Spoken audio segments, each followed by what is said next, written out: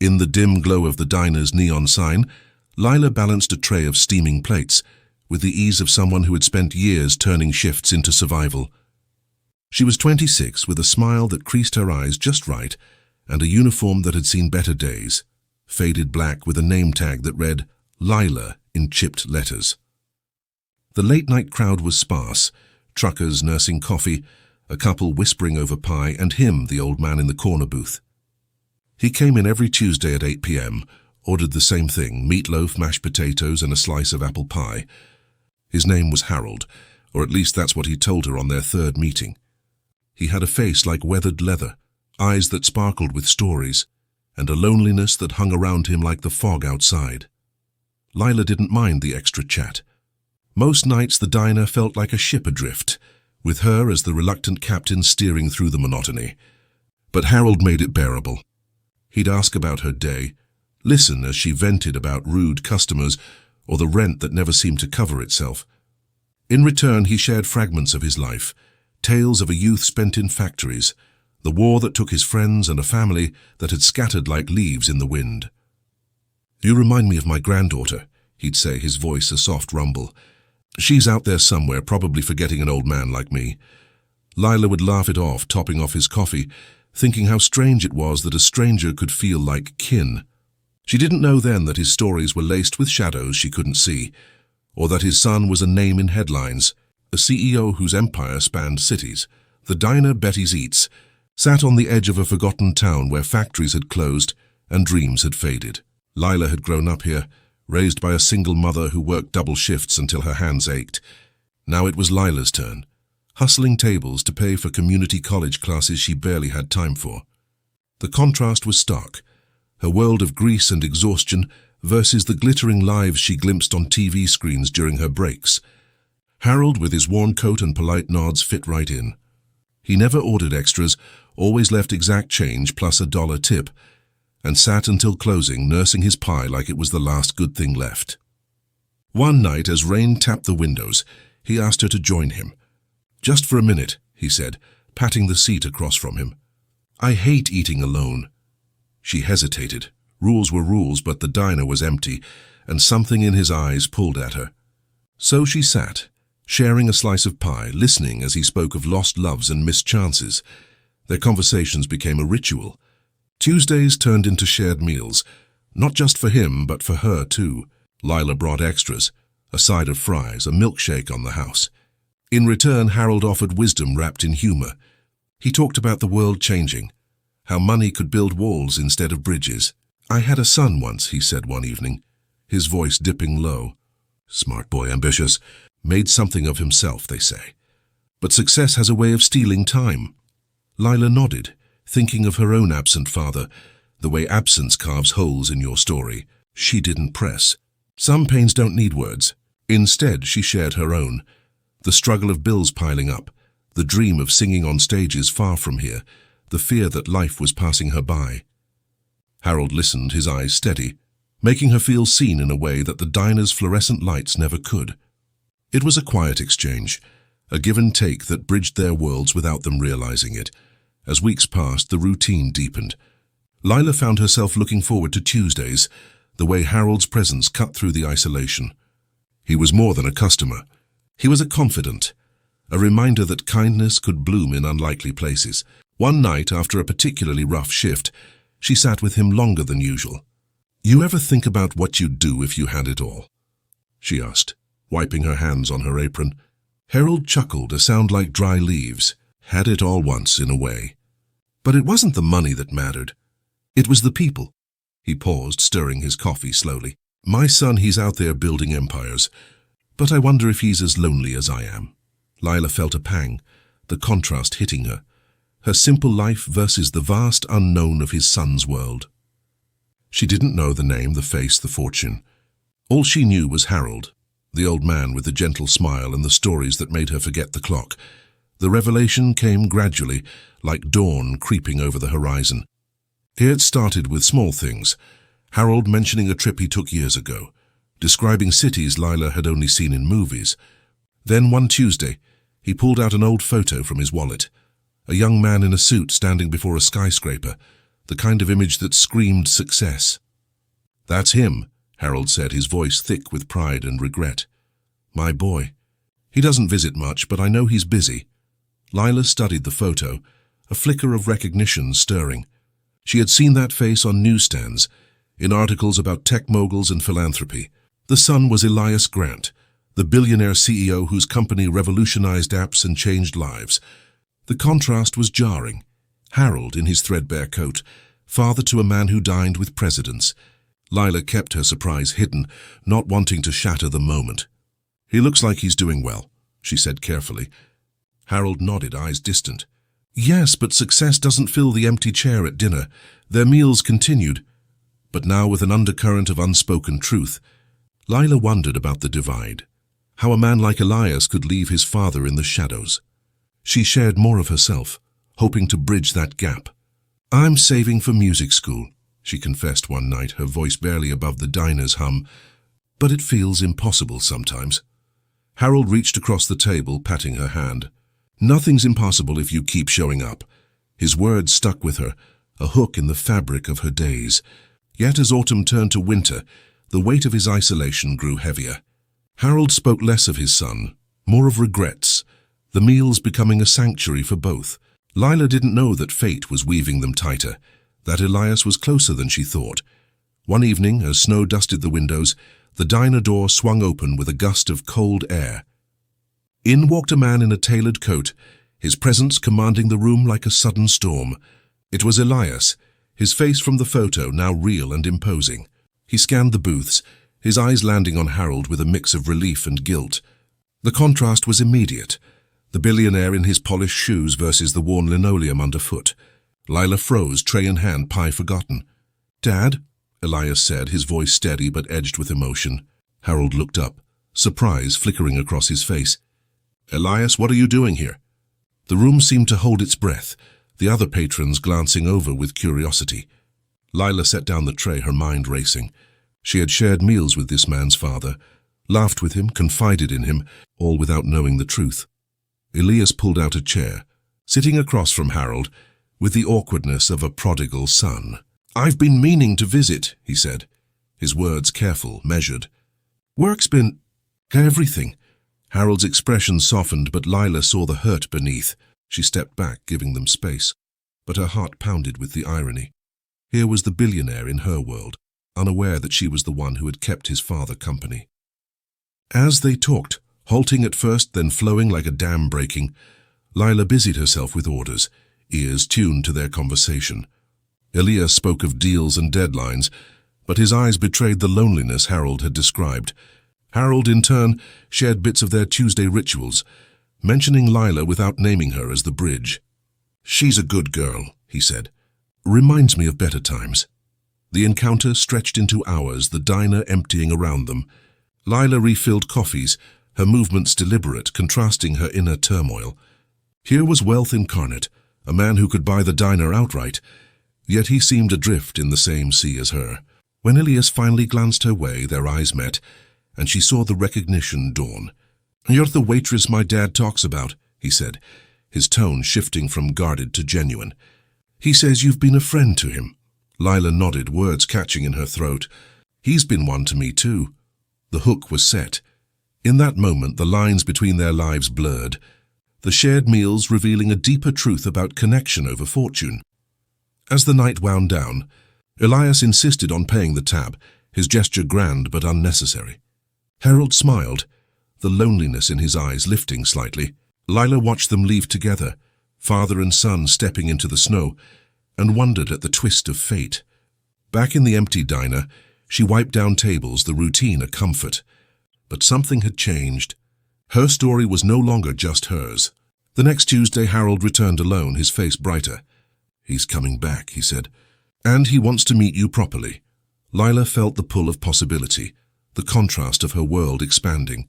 In sharing meals with a lonely old man, she had unknowingly opened doors to a life beyond the diner's walls. Elias arrived at the diner the following Tuesday, not with the fanfare of a CEO, but with the quiet intent of a man seeking redemption.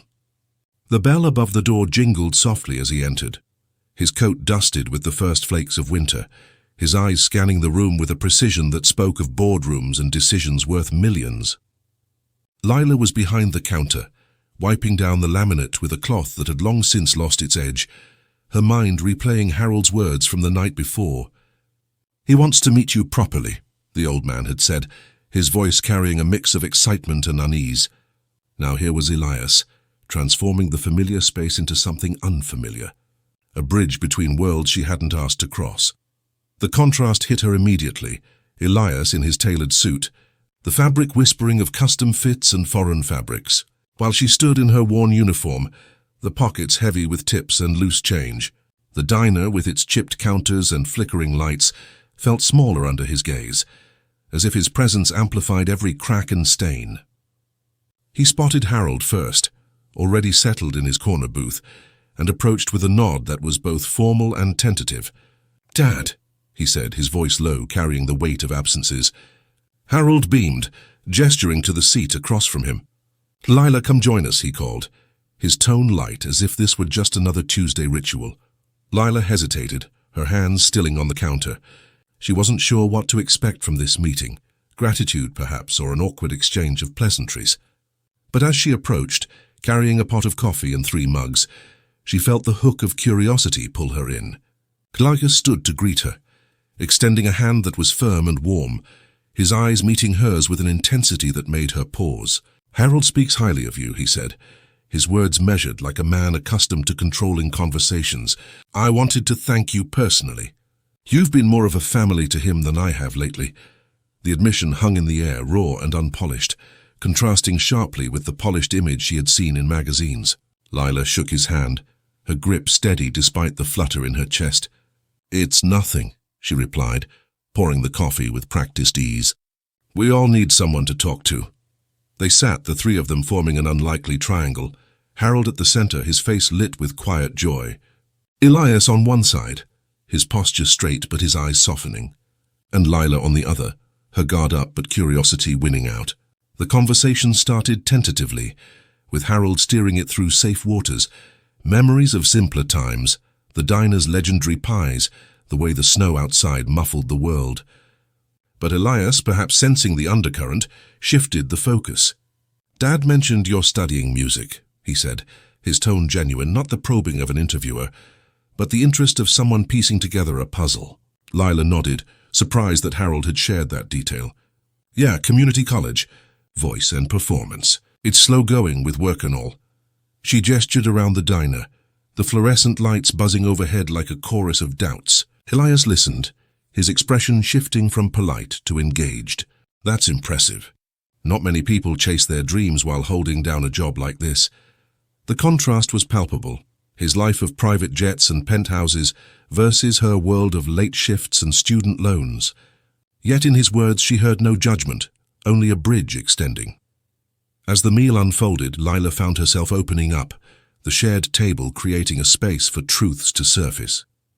She spoke of her childhood in this very town, the factory closures that left families adrift, the way music had been her escape, a melody hummed in the back of a crowded apartment, a stage in her mind when the world felt too small. Harold interjected with encouragement, his stories weaving in like threads, reminding her of the resilience she had shown him. Elias listened intently, his usual armor of success cracking slightly. "I remember when I was starting out," he said, his voice dropping to a confessional tone. "Late nights, cheap apartments, the grind that never ends. But I had my father's support, even if I didn't appreciate it then." He glanced at Harold, the regret in his eyes a silent apology. Lila felt the hook deepen. Here was a billionaire, vulnerable in the glow of diner lights, sharing the universal ache of ambition and isolation. The conversation turned to broader strokes, the loneliness of wealth, the invisible barriers it built. Elias described his world, meetings in glass towers, deals that spanned continents, but admitted how empty it felt without connection. "You build an empire and then you realize it's just walls," he said, stirring his coffee absent-mindedly. Lila countered with her own perspective, the contrast sharpening. Sometimes the smallest things matter most. Like these meals with Harold. They don't cost much, but they fill a space nothing else can. Harold chuckled, breaking the tension. See, she's wise beyond her years. The exchange flowed naturally. Transitions smooth as the coffee refills, each story hooking the next, building a tapestry of shared humanity. As the clock ticked toward closing, Elias made an offer that caught Lila off guard. If you're serious about music, I have connections. Studios, producers, nothing guaranteed, but I could make some calls. His words were a lifeline thrown across the divide, but Lila paused, weighing the implications. Was this charity or genuine help? The contrast loomed. Accepting could mean stepping into his world with its opportunities and obligations. I appreciate it, she said carefully, but I want to earn it on my own terms. Elias nodded, respecting the boundary. Fair enough. Just know the offer stands. The night ended with them parting ways, Harold walking out with his son, Lila locking up the diner with a mind full of possibilities. In the days that followed, the encounter lingered, a hook in Lila's routine. She thought of Elias not as the CEO from headlines, but as a man unraveling his own story. Harold returned the next Tuesday alone, but with news. Elias had started visiting more, their meals bridging the gap. He's changing, Harold said, his eyes twinkling. And you're part of that. Lila smiled, feeling the story shift, the contrast of her life evolving into something richer. Yet as she served other customers, she wondered about the cost of such connections, the way one shared meal could ripple into the unknown. Elias's offer lingered in Lila's mind like an unplayed note, echoing through her days as the diner's rhythm continued its relentless beat. She woke to the alarm's buzz, pulled on her uniform and stepped into the cold morning. The town still shrouded in fog that mirrored her uncertainty. The contrast was sharp. Harold's stories of his son had painted Elias as a distant figure, a titan in a tower, but their conversation had humanized him, revealing cracks in his facade of success. Lila wasn't sure if she could trust it, if stepping into his world would mean losing the ground she had fought to stand on. Yet as she served breakfast to the early crowd, the hook of possibility pulled at her, whispering that some doors only open once. That week, the diner felt different, charged with the afterglow of Tuesday's encounter. Customers noticed her distraction, the way her eyes drifted to the corner booth where Harold usually sat. When he arrived, alone as always, his face lit with a smile that cut through her haze.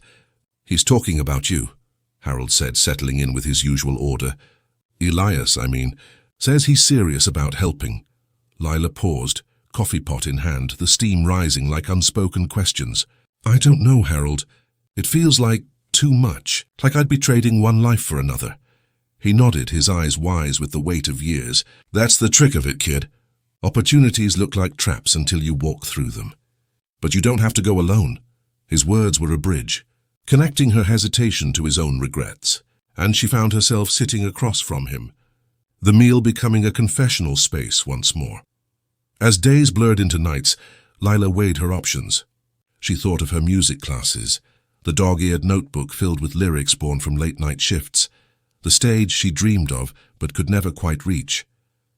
Elias's world offered a path, connections to producers, perhaps a recording session, the kind of break that could catapult her from waitressing to something more.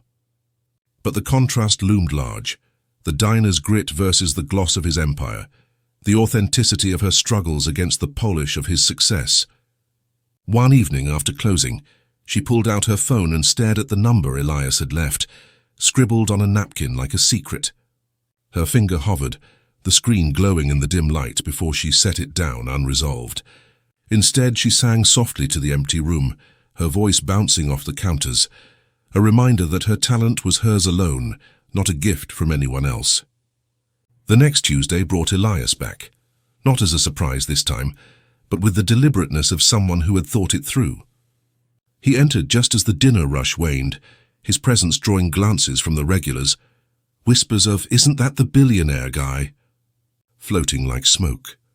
Lila met him at the counter, her posture straight, the contrast between her worn apron and his sharp suit underscoring the divide.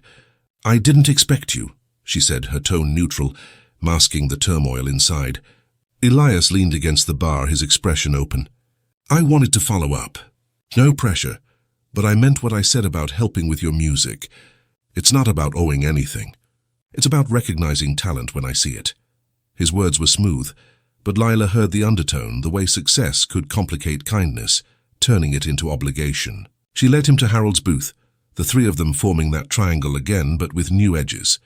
Conversation flowed with the ease of familiarity, Harold steering with his gentle humor. "Tell her about your first big break," he prodded Elias, who chuckled, the sound loosening the room's tension. "It was messy," Elias admitted, his guard dropping. "Started in a garage with code that barely worked, eating ramen every night. Dad here thought I was crazy, but he never stopped believing." The story hooked Lila, the parallel to her own life striking. Elias, the ambitious son, forging ahead while Harold watched from the sidelines. She shared more of her journey then, the words tumbling out like notes from a song. The open mics that ended in silence, the rejections that stung, the way music had saved her when nothing else could. Elias listened, his eyes intent, and for a moment the contrast faded. They were just three people, sharing meals and memories in a place that time had forgotten. As the night deepened, Elias made his pitch again, this time with details. "There's a studio in the city. Top-tier producers, no strings attached. I could get you an audition, maybe even a demo session." "It's a start, not a promise." Lila felt the pull, the hook sinking deeper, but doubt lingered. "What's in it for you?" she asked, her voice steady. Elias paused, the question landing like a chord unresolved. "Redemption, maybe. I've spent years building things that don't matter as much as people do. Helping you reminds me of that." Harold smiled, his approval a silent nod. Lila agreed to think about it, the conversation transitioning smoothly to lighter topics, favorite songs, old jokes, the snow piling outside. When they parted, Elias handed her a business card, not the flashy kind, but one with a handwritten note. "Whenever you're ready." In the quiet that followed, Lila's world shifted. She practiced her songs with renewed vigor, the diner's hum becoming a backdrop to her rehearsals. Harold noticed the change, his meals with her now infused with hope. "You're glowing, kid," he said one night, and she laughed, the sound brightening the booth. But beneath it, the contrast brewed. Accepting Elias's help could mean exposure, fame, the life she craved, but it could also mean losing the authenticity that defined her. One afternoon, she visited the local library, scrolling through articles about Elias. His rise from humble beginnings, the empire he built, the personal life he guarded. The stories painted him as a visionary, but Harold's tales added depth, humanizing the headlines. Lila realized that connections weren't just about opportunity. They were about seeing the person behind the mask. As the week ended, Lila made her decision. She called Elias, her heart pounding as the line connected. "I'm in," she said, her voice steady. "But on one condition, I do this my way." He agreed without hesitation, the hook set for a new chapter. Harold celebrated with an extra slice of pie, his eyes misty with pride. The diner, once a place of isolation, now felt like a launching pad, the shared meals with a lonely old man revealing paths she never imagined. Yet, as she locked up that night, staring at the snow-covered street, Lila knew the journey ahead would test her in ways she couldn't foresee, the contrast of her roots pulling against the heights of ambition. Lila stepped into the city for the first time in years, the skyscrapers rising like giants around her, their glass facades reflecting a world she had only glimpsed through screens. The train ride had been a blur of fields giving way to concrete, her reflection in the window a mix of excitement and nerves, the contrast between her small-town life and this pulsing metropolis hitting her like a wave. She clutched her notebook of lyrics, the pages worn from late-night scribbles, as if it were a talisman against the unknown. Elias had arranged everything. A driver waiting at the station, a sleek car gliding through traffic, the kind of ease she had never known. "This is just the beginning," he had said on the phone, his voice calm and assuring, but Lila felt the hook of doubt pulling at her, wondering if this path would demand more than she was willing to give. The studio was in a high-rise, all polished floors and soundproofed rooms that smelled of fresh coffee and possibility. Elias met her in the lobby, his suit impeccable, the same man who had sat in her diner now navigating this domain with effortless command. "Glad you came," he said, shaking her hand with that same warmth. But Lila could see the layers, the CEO mode, the way his eyes scanned for efficiency, even in a greeting.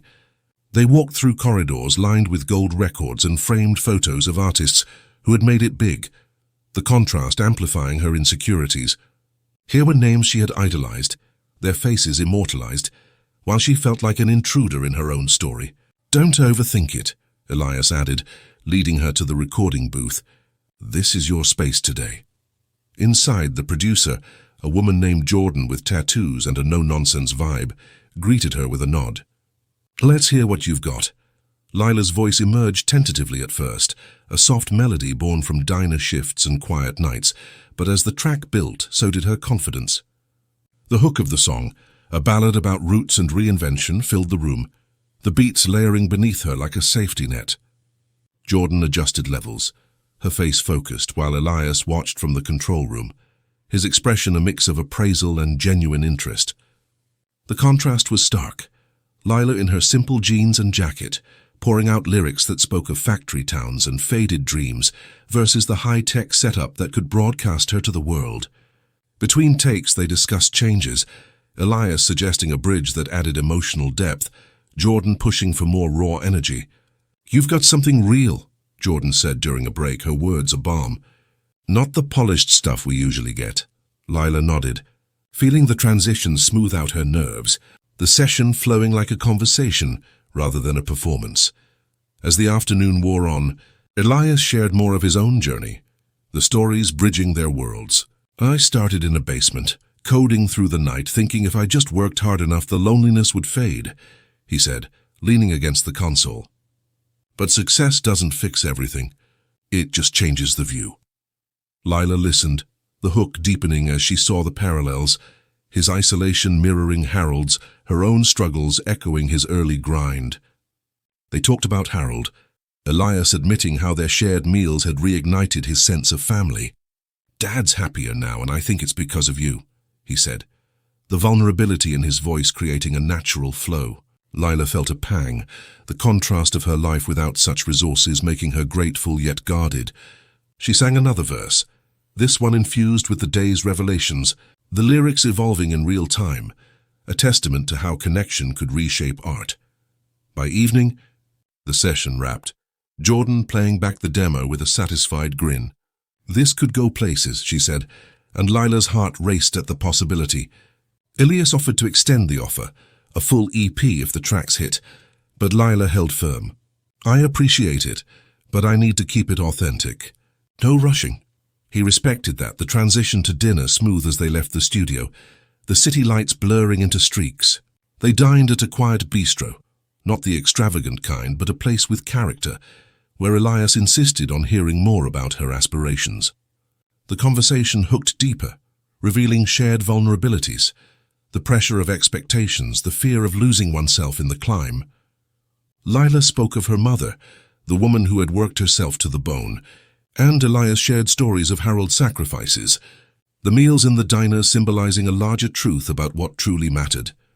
Returning to the town by train, Lila replayed the day in her mind, the contrast between the city's allure and the diner's simplicity sharpening her resolve.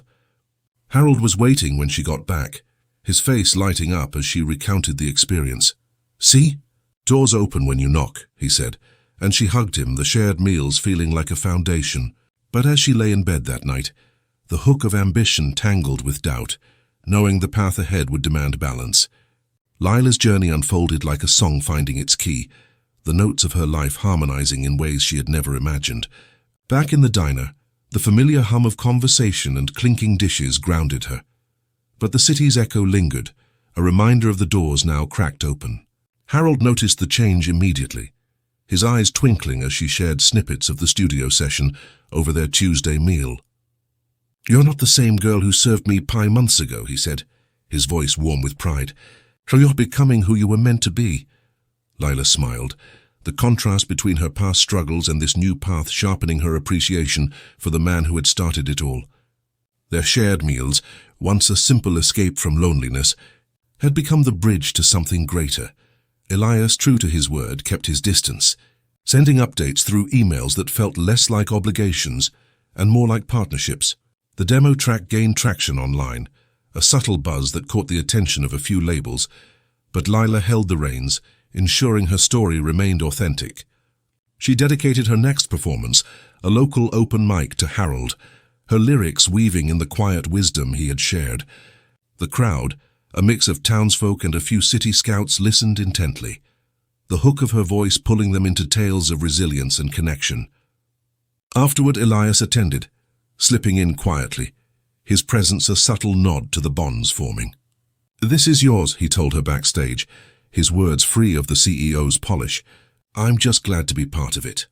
As months passed, the diner transformed into a hub of possibility. Harold's health improved with the regular visits from his son, their relationship mending over simple meals that money couldn't buy. Lila balanced her rising career with shifts at Betty's Eats, the contrast reminding her that roots run deep. One evening, as snow fell outside, the three of them shared a final meal, Lila, Harold, and Elias, laughing over pie and plans. "Who knew a lonely old man could change lives?"